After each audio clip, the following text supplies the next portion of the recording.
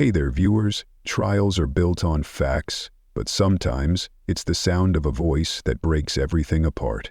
Today in court, a secret recording tied to Diddy was played, and one of the jurors couldn't hold it together.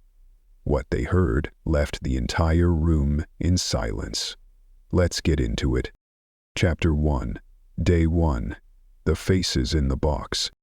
The courtroom lights always hum a little too loud.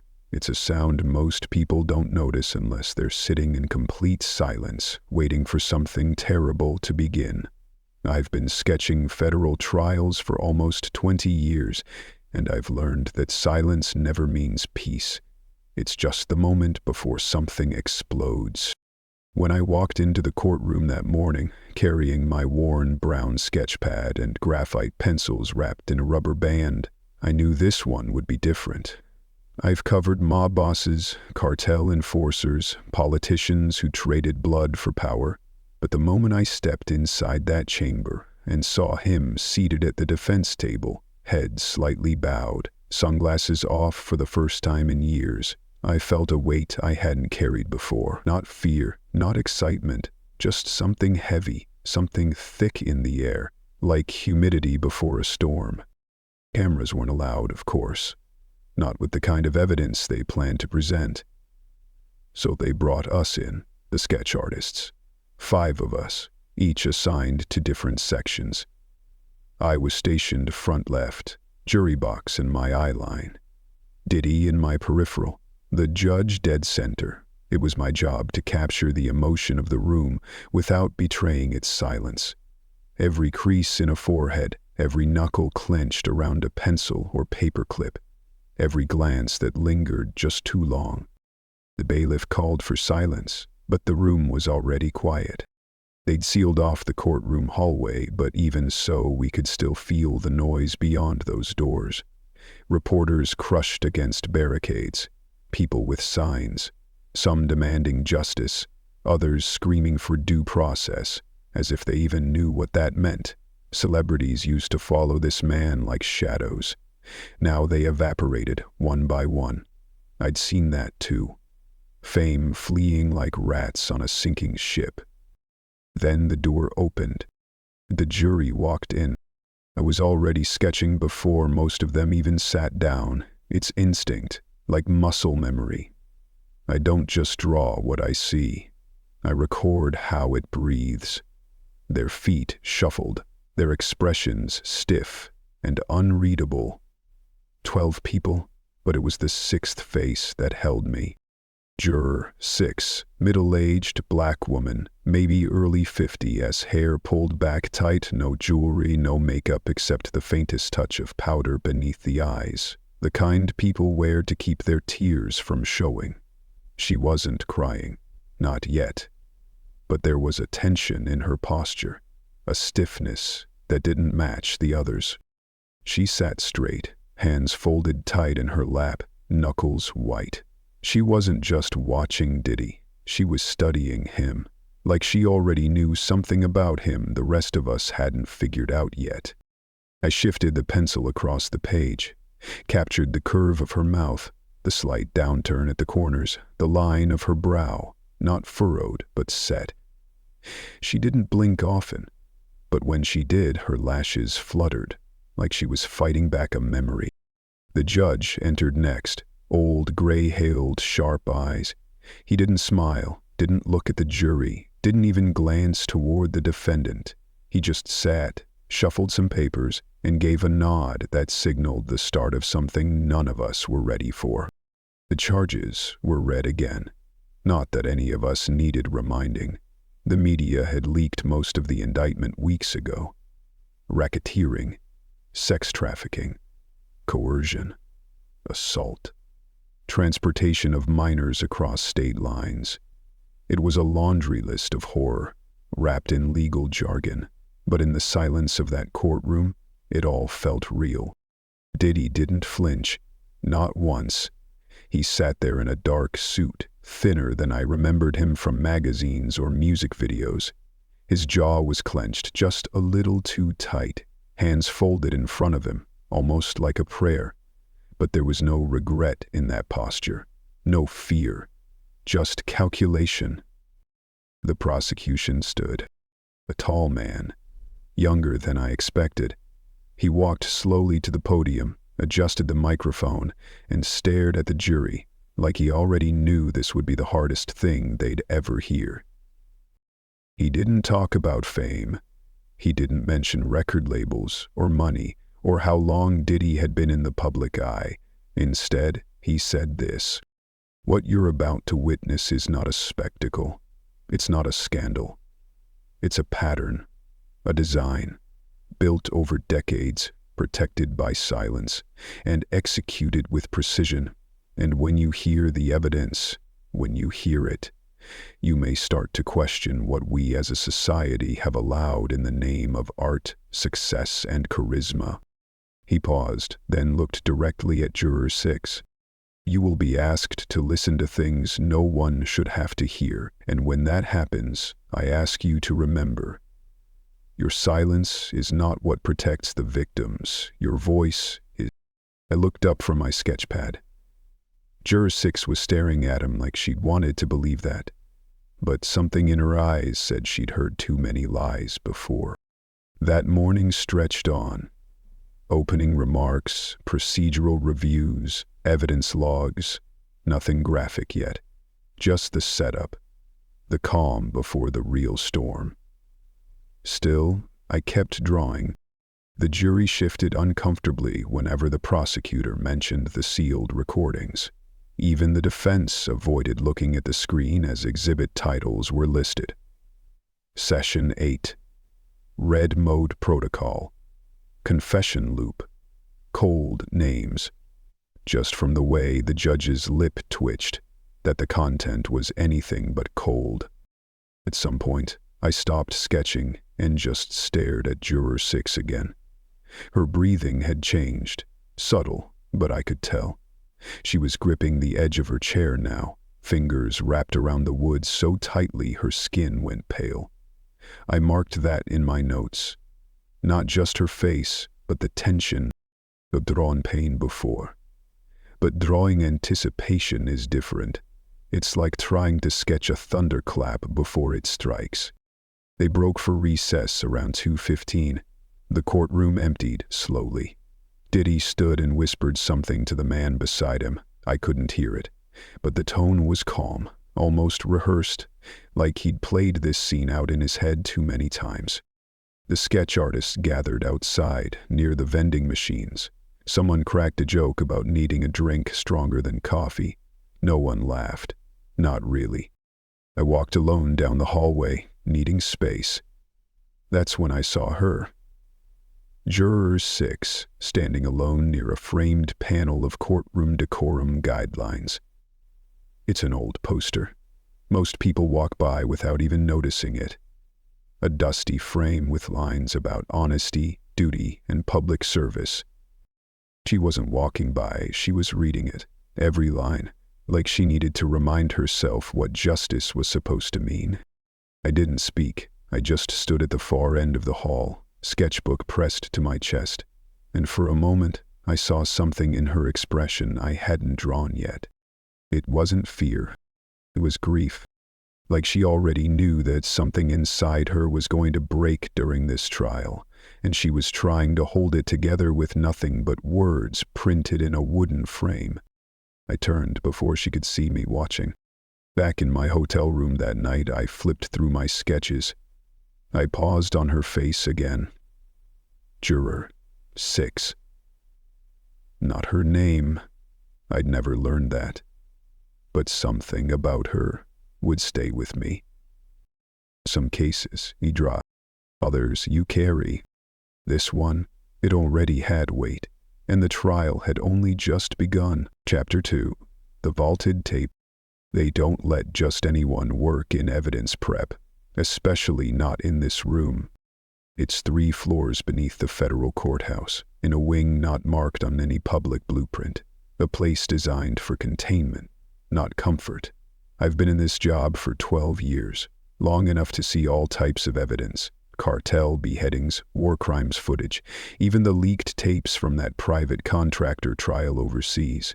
but I've never seen a room with prayer cards taped to the monitor edges before this case. I'd been briefed about the contents, classified as Tier 4, psychological hazard, which meant we had to follow protocols meant for biohazards, even though the danger was purely digital. Gloves, isolation booth, timed exposure, all that for a tape. It was recovered during a raid on a house no one knew Diddy still owned. Not a mansion, a farmhouse out in Pennsylvania, barely listed under his old touring LLC. Hidden behind a shelf lined with outdated wine bottles was a sealed titanium briefcase. No lock, no combination, just a fingerprint reader, and it worked. The thumbprint burned into the device belonged to a former house manager, deceased in 2019. Car accident, or so we thought. Inside the case, a mini tape reel, 3 labeled stills, and a typed note that simply read, "Play in full, no interruptions." No signature, no context, just that. My job wasn't to analyze it. My job was to make it presentable for court. But to do that, I had to watch it, at least once, start to finish. We use a triple system approach for material like this. Surveillance footage runs on screen A, external mic audio, usually clearer, plays through channel B, and accompanying logs or witness timestamp annotations display on panel C. That way the jury can sync what they see, hear, and know. It helps connect gaps, or so we like to believe. But this one didn't have gaps, it had voids. The first viewing session was meant to be controlled. 2 marshals in the observation booth, a trauma psychologist on standby. I sat in the isolation cubicle with my headset on, clipboard in hand, as the reel started spinning. It opened with static, harmless, familiar. Then the frame stabilized. A basement room, bare walls, red light bulbs casting a sick glow over everything. There were mirrors on each wall, not to reflect, but to refract, to multiply the space into a maze of half-seen angles.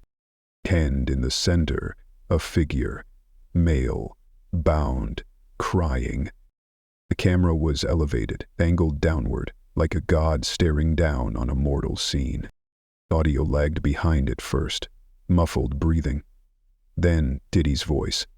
Not like the interviews, not like the stage persona.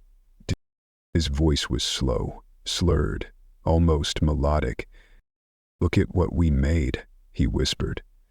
"Look how beautiful pain is when it's focused." The rest was hard to describe. Every few seconds there'd be a switch. The lighting would shift. Music would bleed in like someone was turning a dial randomly. Jazz, gospel, synth loops, even a child humming at one point. No cuts, no edits, just an endless loop of scenes that didn't seem to follow any script. Until you realized he was scripting it as it happened. There were phrases he kept repeating. "Red boat on. Smile for daddy. Last rehearsal, make it count." Each time he said it, the person in the room, whether it was a man, woman, or both, would change posture, facial expression, or sometimes go completely still, like they'd been trained to respond. At one point, there was a sound I will never forget. A sobbing sound, but layered, almost like multiple recordings of weeping played atop one another. When I paused the tape, that sound kept ringing in my ears, like it had burned into the headphones. One of the marshals in the booth tapped the glass and asked if I wanted to stop.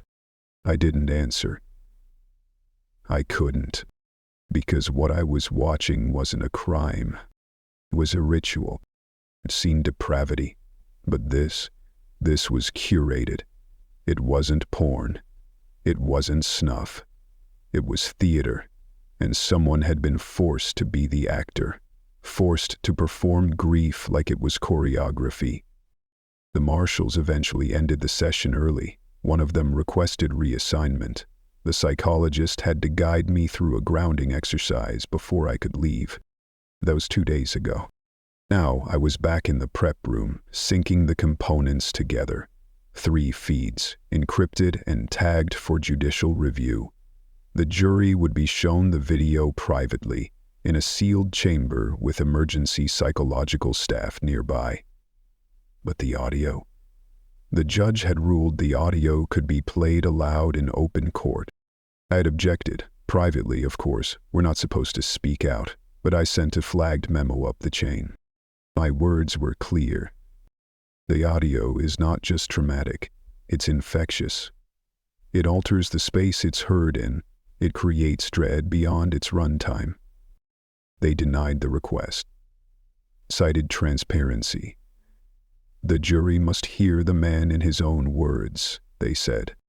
But I knew what they didn't. Words aren't always evidence. Sometimes they're curses. As I finalized the timestamps, I noticed something odd in the audio track metadata. A recurring blip. Every 33 seconds, a click. Barely audible, but rhythmically perfect.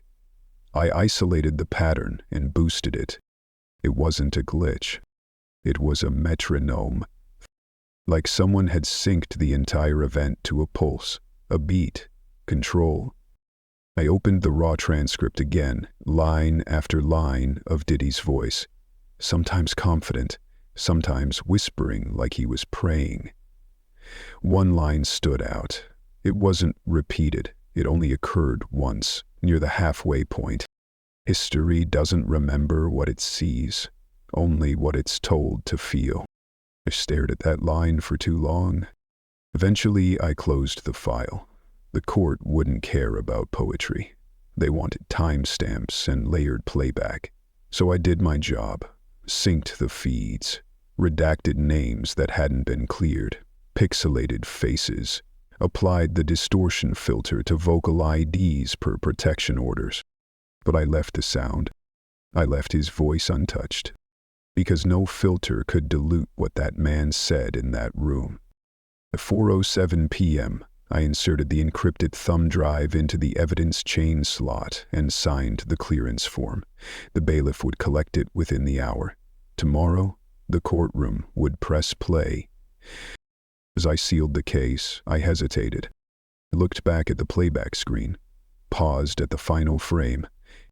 A still shot of the mirrored room, empty now, lights off.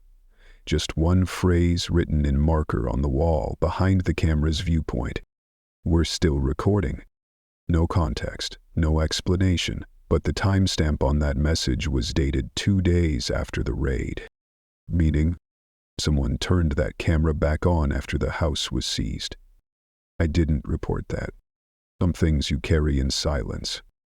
Before I shut the lights off in the prep room, I whispered the only prayer I remembered from childhood. May God forgive them if they press play. Chapter 3. Playback. The first sound wasn't screaming. It was a tone, soft, low, almost like the hum of a refrigerator in the back of a childhood home, but deeper, fuller. Something you don't just hear with your ears, but with your ribs. I remember that exact frequency from the first time I ever heard a preacher speak about hell. I must have been 7, sitting in the second row of a packed church on 145th and Lenox. Summer heat pressing against the stained glass, fans flapping in old ladies' hands like frantic birds. And the preacher, red-faced, shouted not in fear but in certainty.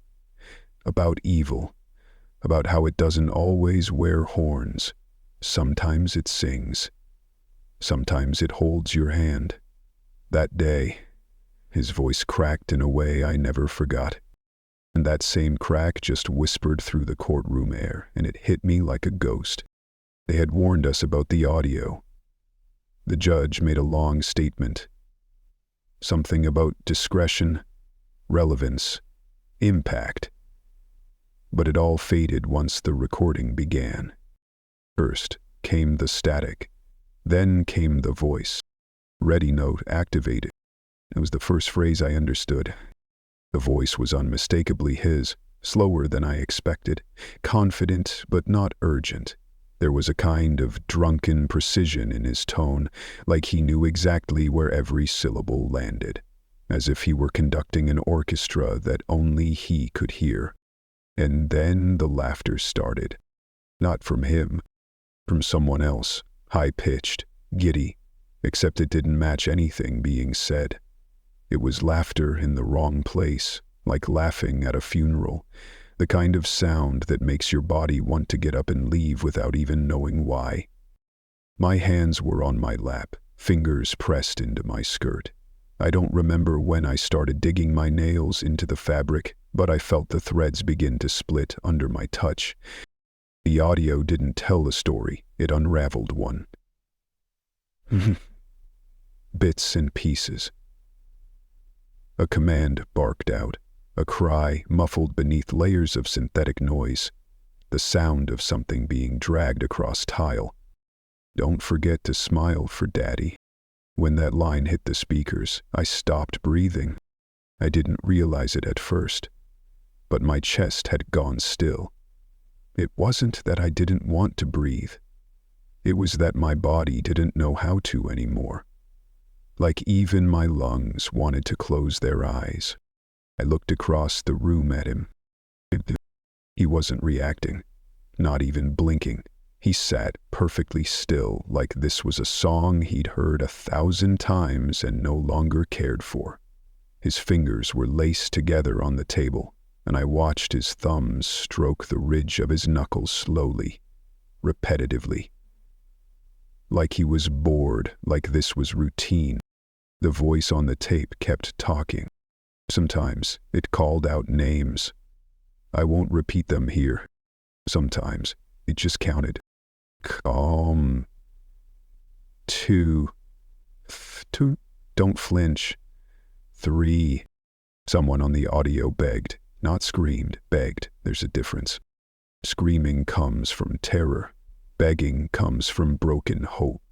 And when I heard that, I felt something wet on my face.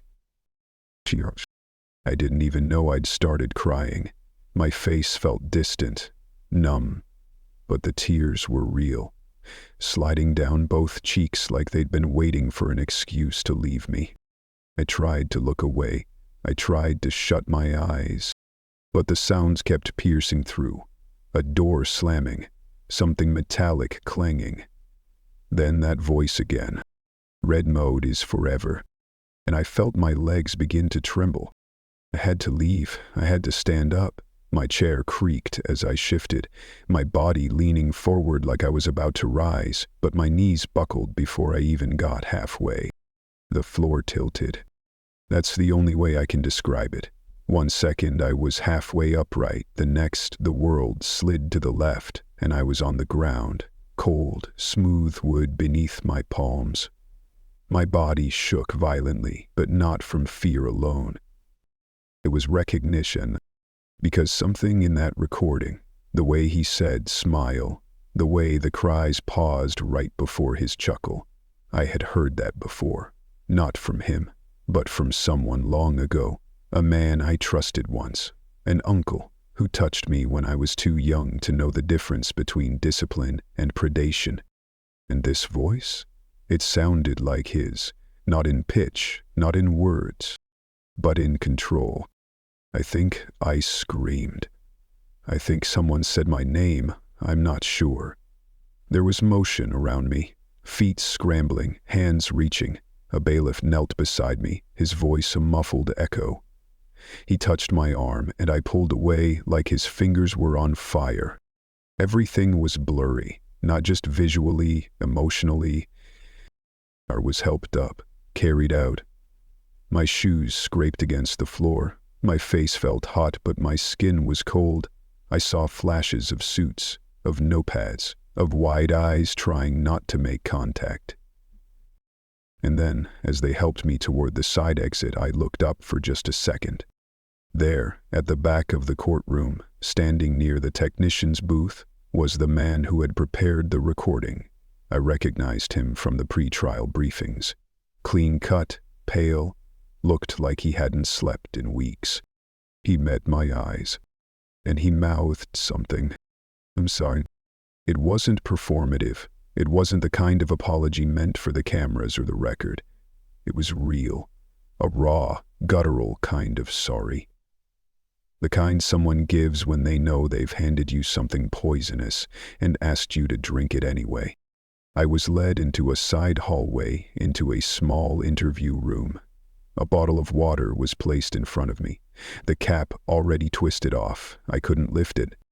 No one asked me questions. Not at first. They just watched, waited. Eventually someone spoke. A woman. I think she was a counselor, maybe a psychologist. Her voice was soft. You can take all the time you need. But time didn't mean it.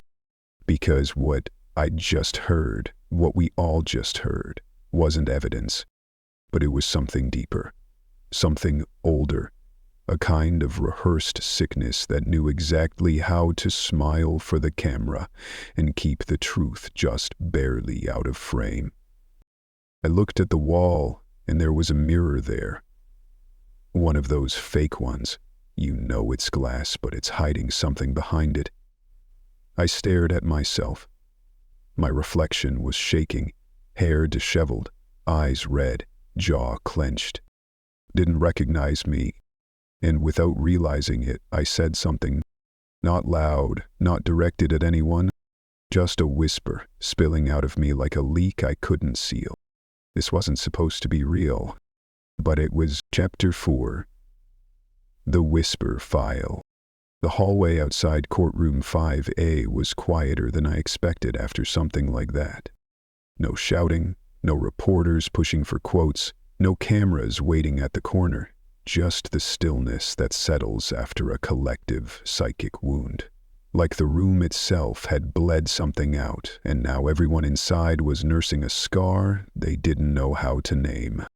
I walked back to my office without speaking to anyone. My heels sounded too loud in the corridors. I stopped once just to take them off. I carried them in one hand, my briefcase in the other, and I kept thinking about her. Juror 6, folded on the floor like a child trying to disappear. I had pushed for that tape to be played. I sat in meetings with my team, with victim advocates, with advisory boards, and I argued again and again that the jury had to hear it, not just see it, not just read a transcript, hear it, because no amount of cross-examination, no expert testimony, no pretty slideshow of timelines and logos would ever match the sound of that man's voice commanding pain like it was choreography. But God help me when I saw her collapse, when I heard the way her breath hitched between sobs. I wondered if I had just broken someone for life, and locked my door and closed it behind me before the tears reached the corners of my eyes. No one else was in yet. The building was half emptied after the trial recess. I let my briefcase drop onto the couch, kicked the door shut with the back of my foot, and went straight to the safe. 3 codes, then a fingerprint scan. Inside, on the top shelf, was the folder. It was black, not the manila legal type. This one was slick, waterproof, military grade, like something made to survive a fire or a flood. And across the cover, in stamped silver lettering, were 2 words. Whisper File. That's what they were calling it now, like the name could contain it, like it could be managed, filed, cited in court. But the truth is, this thing didn't come through official channels. It wasn't supposed to exist. The recording we played yesterday, the one that shattered the courtroom, didn't come from a raid or a subpoena. It was delivered, no return address, no sender name, just a thick envelope, left in the secure drop box of a civil litigation attorney representing 2 women from a prior 2019 suit. She'd been working a separate financial claim when the envelope arrived. Inside, a 256 GB drive with 6 video files, a page of typed instructions, and a post-it note that said, "Pick one. They all burn the same." The drive came directly to us after that. Chain of custody was a nightmare, but we traced the envelope's postmark to a mail center in Jersey City. The footage itself? Confirmed authentic. Metadata intact. Timestamps matched other documented timelines. And the voice? There was no question. Forensic analysis confirmed with 98.7% certainty that it was Sean Combs. But what chilled me wasn't just that he recorded this. It was that he planned it. Every file was named like a movie. Section 7, Induction Night. Session 12, Solo Rehearsal. Session 15, Obedience Check. Section 19, The Quiet Ones. That last one I hadn't opened yet. It sat at the bottom of the folder, redacted in half the log entries, sealed by court order until further review. The victim in that file hadn't come forward. Not yet. But she might now. After what the jury heard yesterday, some of them, the ones still living in shadows, might find the courage to speak. I walked to my desk and sat down slowly, pressing my fingertips into my temples. There was a ringing in my ears, left over from the playback. Not from the volume, from the tone. There was something in that man's voice that left behind a residue, like tar. It didn't wash out. I opened the file folder, flipped through the internal summaries. Each tape came with a legal disclaimer now, warning labels, trauma alerts, but they were all sanitized. Sterile. They didn't capture the psychology. And that's what this trial was really about. Not just proving what happened, but showing how it was allowed to happen. Over years, over decades, behind contracts, behind non-disclosures, behind what they called freak-offs, which in testimony we'd heard described more accurately as ritualized control sessions masked in the sheen of celebrity lifestyle. He didn't hide what he was. I remembered the testimony from a former assistant 2 weeks ago, a woman who'd sat behind protective glass with her voice distorted for privacy. She'd said, "He didn't hide what he was. He filmed it. He wanted us to watch. That was part of it." She broke down after that sentence, couldn't continue. And now I understood why. Because once you saw it, once you heard it, you could never unknow it. It attached itself to you. And that made the legal lines blur. Because in court we are supposed to argue on facts, on admissibility, on precedent. But this wasn't just a fact. It was a weapon, and we had deployed it, knowingly, against 12 civilians sworn to be impartial. And now Diddy's team, what was left of it, was already filing motions. Alleged mistrial citing jury trauma, alleged prejudicial damage, accusations that the evidence had created emotional bias before the defense could even present its case. And maybe they were right. Maybe we did tilt the scale. But if we did, it was only because we knew the other side had already built the scale crooked. They had spent years hiding witnesses, burying footage, paying out settlements, and calling it privacy management. They built a myth around this man, that he was eccentric, powerful, untouchable, a king of performance, a tastemaker, a visionary. But the truth was uglier, simpler. He was a man who liked control. He documented it so no one could ever forget how much control he had. That's what the whisper file was. Not insurance, not blackmail, legacy. It was him curating his legacy on his own terms. He didn't want to be remembered for his songs. He wanted to be remembered for what people gave him when they thought no one else was watching.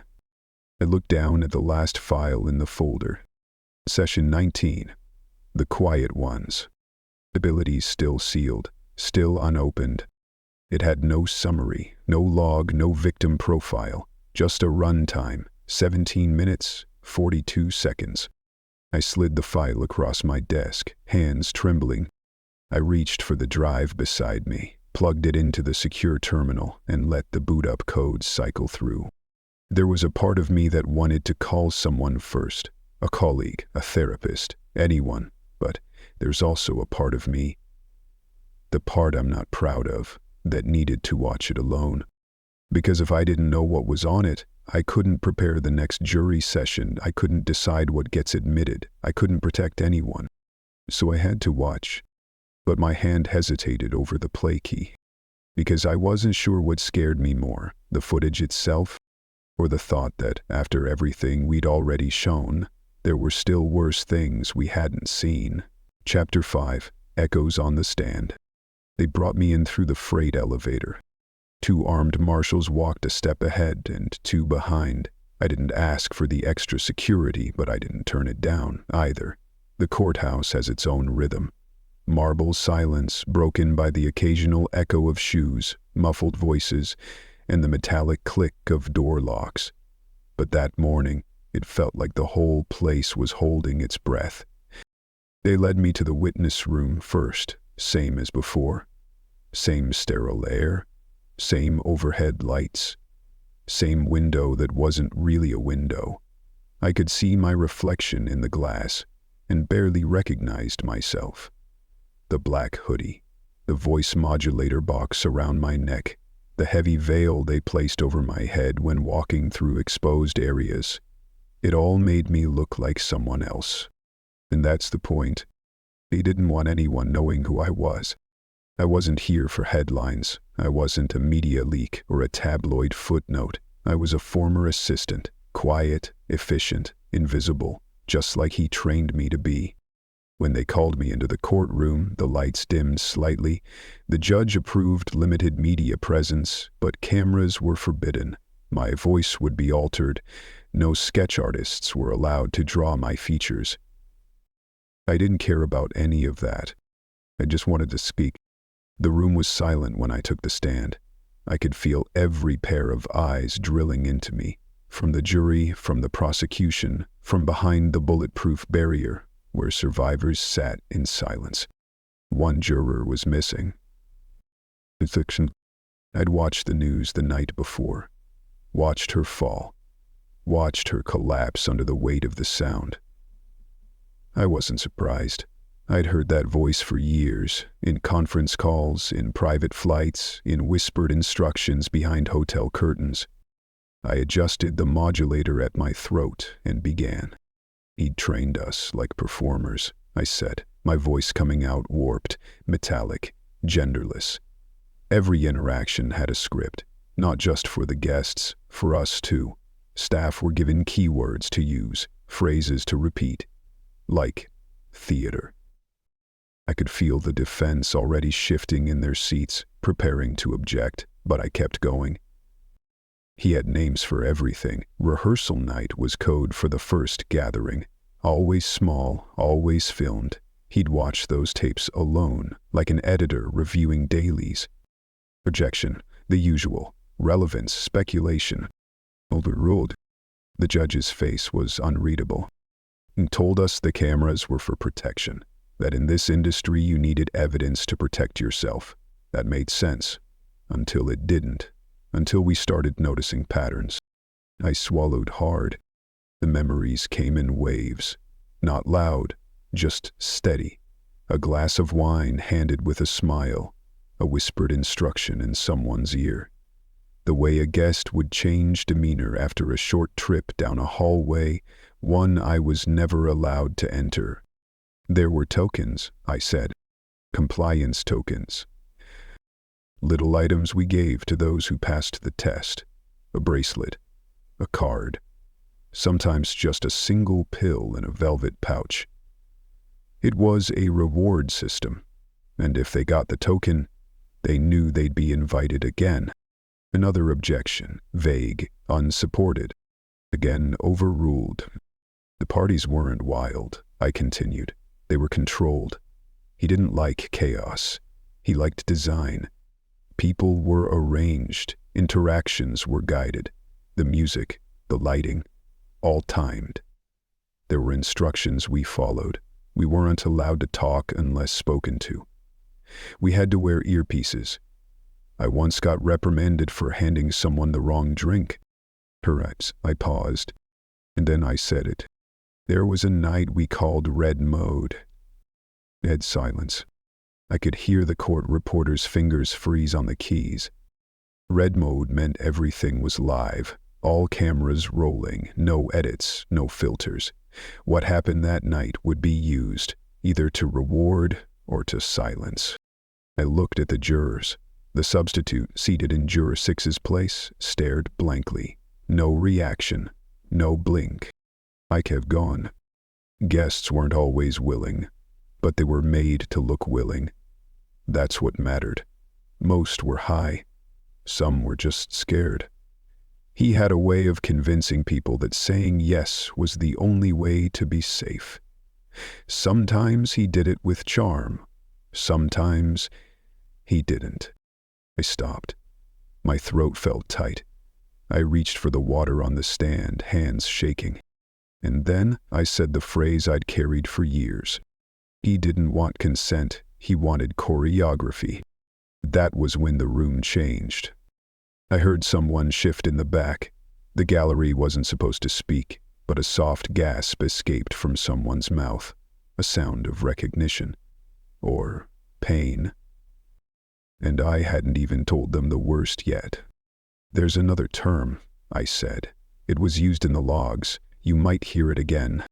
Telemarks." It referred to how many times a guest had participated, willingly or otherwise.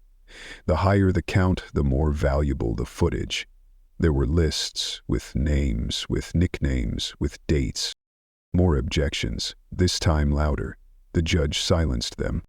I saw Diddy turn his head slightly. Just slightly, not toward me, toward the jury, like he was measuring the temperature in the room. But his face was blank. I finished my statement with what I'd always feared would haunt me. He told us the cameras were for insurance. My hands clenched the microphone stand. But really, they were trophies. The courtroom held its breath. No one moved. The judge asked if I had anything else to add. I didn't. They excused me. I was led out the same way I came, through the freight elevator, through the concrete halls, into the security car parked in the underground garage. As the vehicle pulled away, I looked back at the building. One floor up, behind reinforced glass, a courtroom full of people was trying to understand how something so monstrous could be so neatly documented. But they didn't know the truth. He documented everything not to hide it, but to relive it. Chapter 6. Defense Mode. I used to believe every man had the right to a defense. That was the foundation of my career. The thing I told myself when I stood beside embezzlers, gun runners, men who bought lives and sold them twice before sunrise. I could draw the line between who they were and what I was there to do. I could argue the law like it was math, cold, precise, clean. This case, it's corroding that line. It's 3:22 in the morning and I'm on the floor of my hotel bathroom, my mouth pressed against a folded towel to keep the sound down, the last of my dinner in the toilet bowl behind me. The sink is still running. I turned it on so I wouldn't hear the words replaying in my head, but they came through anyway. "Don't forget to smile for Daddy." That's what he said. On the tape. In that voice, calm, instructive. The same voice he used during depositions. The same voice he used on stage. I had watched the tape alone earlier that night. Not out of curiosity, not strategy. Out of necessity, because if I was going to keep standing in front of a jury, telling them this was performance art, adult play, a world of consensual indulgence, I had to know what they were actually hearing. And now that I do, I can't pretend anymore. The room still smells faintly of bile and room service. I stagger to my feet, rinse my mouth, and stare into the mirror. My tie is draped over the lamp. My shirt is streaked with sweat. I look like a man who's been chasing ghosts and catching them by accident. I stumble back to the desk, open my laptop, and pull up the case strategy document. 116 pages, drafted over months, designed to reframe the accusations as extreme lifestyle choices misunderstood by a judgmental public. We had prepared analogies, expert witnesses, references to BDSM normalization and party culture dynamics. But all of it sounds like sand now, because that wasn't kink. That wasn't consent. That was ritualized ownership. I scroll further and find the old email, the one I flagged but never deleted, sent from Diddy's private server years ago after the first civil complaint was filed and quietly dismissed. If they ever find the Red Room files, just say it's performance art. They'll eat that up. People love a freak who can dance. Performance art? That's what he called it. He filmed people begging, crying, breaking, and to him, it was art. I close the email and lean back in my chair, the wood groaning beneath me. My mind runs through the last few days. The courtroom gasps, the juror collapsing, the whispers in the hallway after the assistant's testimony. The whole defense team is unraveling. One junior associate quit yesterday, another broke down in the elevator and hasn't returned since lunch. I'm the last one still standing. And even I'm not standing straight. I open the trial timeline again, look at tomorrow's agenda. More testimony. Possibly a second recording. A sealed exhibit marked Session 19. I've read the abstract. It's worse than the last one. Somehow, I don't even know how that's possible. I run a hand through my hair and think about floating a plea just to test the water. Maybe I could convince him. Maybe if I framed it the right way. Power move, optics control, damage limitation. Maybe he'd listen. But I know he won't, because he wants to win. He still believes he owns the room, that the narrative is his to spin, that fame is a shield that only needs the right polish.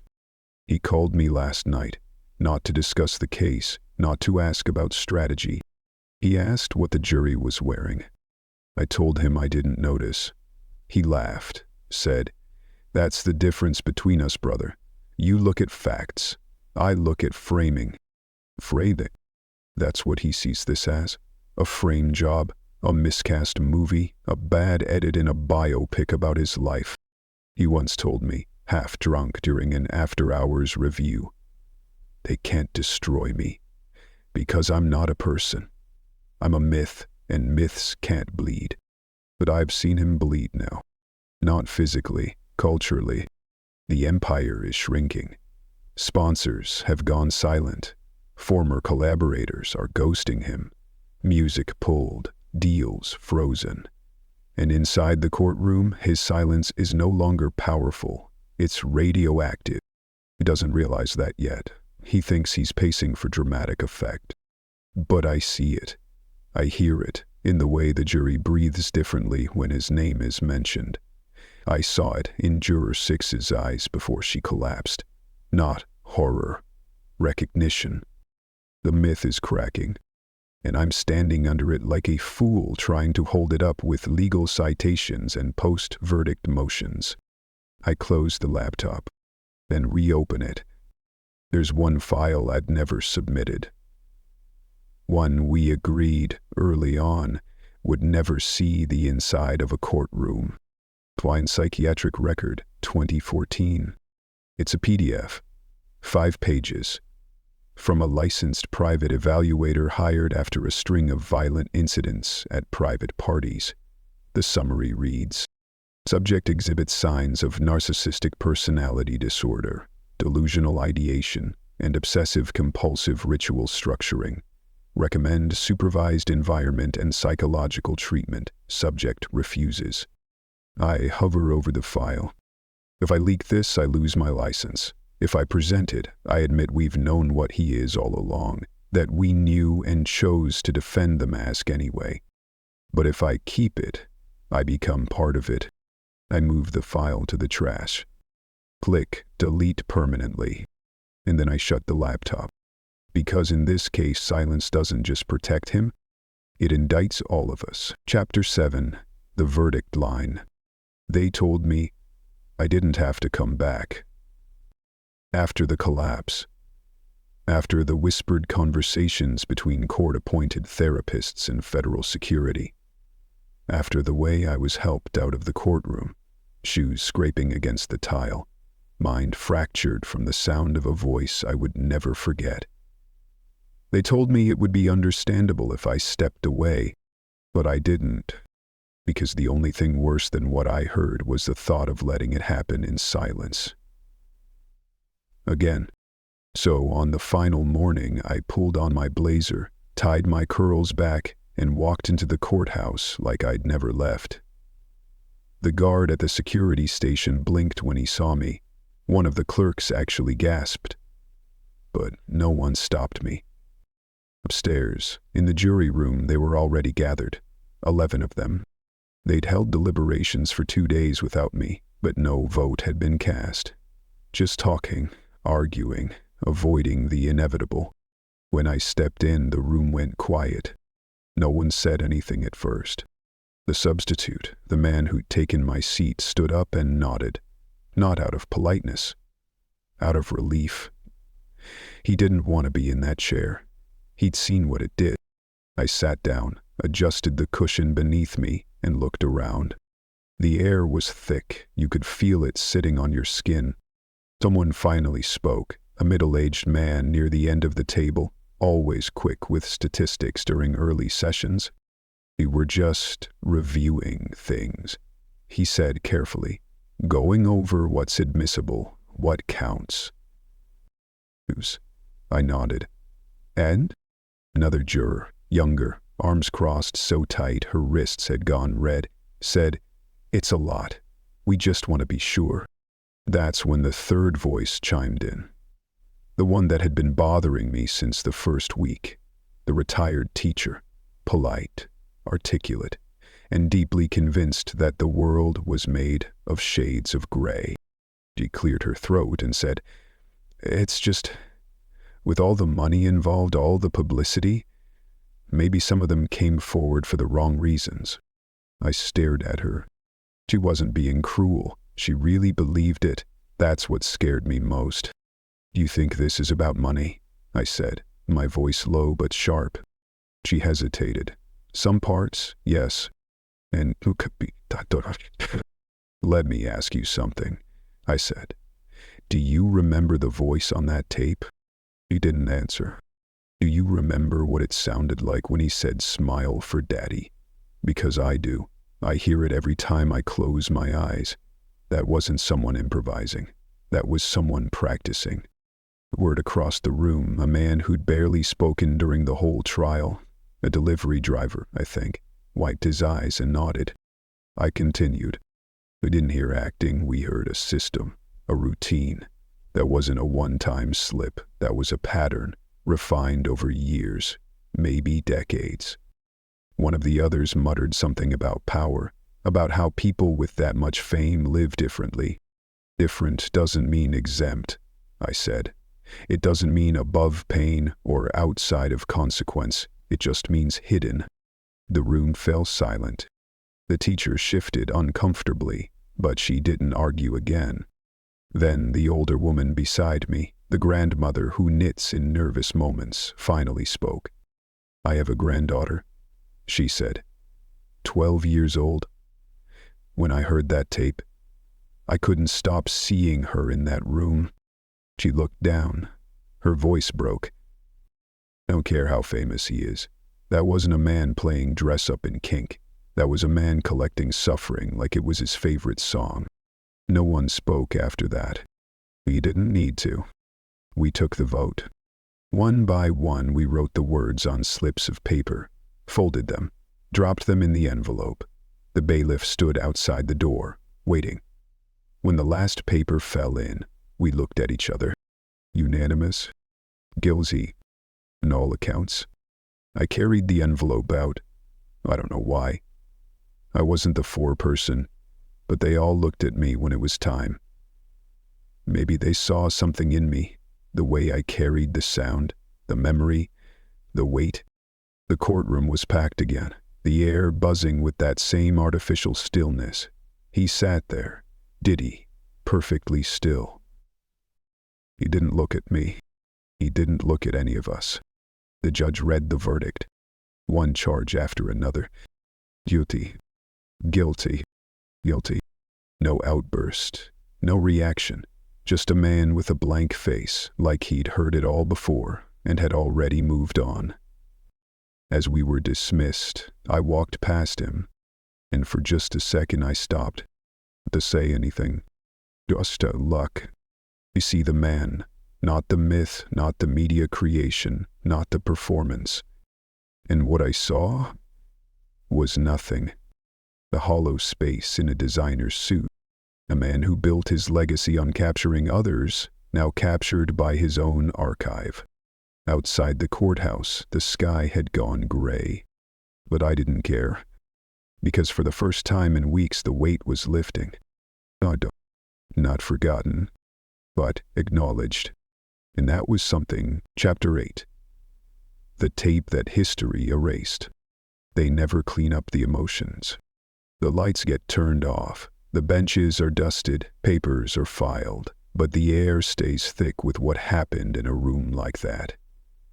I've been working this courthouse for 23 years, and I can tell you, the floor never forgets, not really. After the Diddy trial ended, everything changed. Not all at once, slowly, like a long exhale after holding in something rotten. The cameras left, the crowds thinned, the press moved on to the next fire, and the courtroom itself just stood there, quiet, waiting. They moved fast once the sentencing came down. Judge sealed most of the case files, evidence marked exempt from archive. A lot of it went into boxes I wasn't allowed to touch. Marshals packed them themselves, armed, sweating. Even they didn't like what they were handling. They wheeled out the boxes at midnight. I was the one who mopped the floors after. You learn a lot when you're the last person in the room, not from what's said, from what's left behind. I saw the chair where Juror 6 had fallen. The scuff marks on the wood still hadn't faded. I saw the defense table, one side covered in scratch marks from where someone's pen dug too deep. But it was the faces I remember most. Not on the stands, not in the transcripts. Well, in the shadows. I saw a judge cry, not loud, just a hand over his face for 3 full minutes during recess, shoulders shaking, eyes locked on the playback screen, even though it was already turned off. I saw a sketch artist tear up 3 pages in a row and walk out without finishing the last scene. Said they couldn't draw silence like that. I saw attorneys, defense, prosecution, even one from civil counsel sharing a drink in a stairwell one night. Didn't speak, just passed the bottle. One of them looked at me and said, "We put a monster on trial and he never flinched. What does that say about us?" I didn't answer. Wasn't my place. But I carried those moments home with me, kept them in my coat pocket like spare change, because long after verdicts are read and headlines fade, some things stick, and not just in the record. In the bones. It was about 3 months after the sentencing that I found it. I was working a double shift, new trial upstairs, older courtroom still sealed below. Courtroom 5A, the room where it happened. They'd ordered renovations, change the carpet, update the fixtures, make it look less haunted, I guess. People didn't like using that room anymore. Judges requested transfers. Even the security dogs wouldn't linger there. I was cleaning behind the podium when I saw it wedged between the panels. A thin disc sleeve, dusty, unmarked except for a label written in smudged black Sharpie. Section 8. Full. No. No barcode, no exhibit number, no marshal tag. Just a disc. At first I didn't move, just stared. It looked like nothing, but the weight in my chest said it was something else. I slid it into my jacket pocket and didn't mention it to anyone. That night, I sat at my kitchen table staring at it. Could have popped it into the old DVD player. Could have listened. But I didn't. Because I already knew what it was. I'd heard enough. From the fragments that leaked, from the haunted looks on the faces of those who heard the whole thing. from the whispers that even the judge had to stop the tape once when no one was looking. I didn't need to hear it to know what it contained. I needed to make sure no one else ever did. So I drove out to the edge of town, same field I used to take my dog to when he was still alive, brought a lighter, brought gloves, built a little fire in a rusted barrel, and I burned it. The sleeve curled first. The plastic warped next. The disc hissed as it twisted and bubbled. It didn't scream. Didn't cry, just disappeared. I stayed until the ashes cooled. Then I drove home. Next morning I came in early. Room 5A was still empty. The renovation hadn't started yet. Jury box untouched. I walked over to it. Beat 6. Still had that little chip on the armrest. The one I meant to fix but never did. That's where she sat. Juror 6. The woman who heard more than she should have and still came back. I don't know why I opened the seat. Maybe habit, maybe instinct. Inside, folded and yellowed slightly at the edges, was a piece of paper, tucked neatly beneath the cushion. Not lost. Left. I unfolded it. Only one sentence. Found everything. But he never thought we'd listen. No name. No signature. Just that. I folded it back up, pressed it into my chest, and sat down in the chair where she had once sat. I didn't cry. I didn't pray. I just listened. To the silence. To the echoes. To the things this room will never forget, no matter how many times they change the carpet. Because history doesn't always get erased by fire. Sometimes it survives in the spaces where no one thought to look.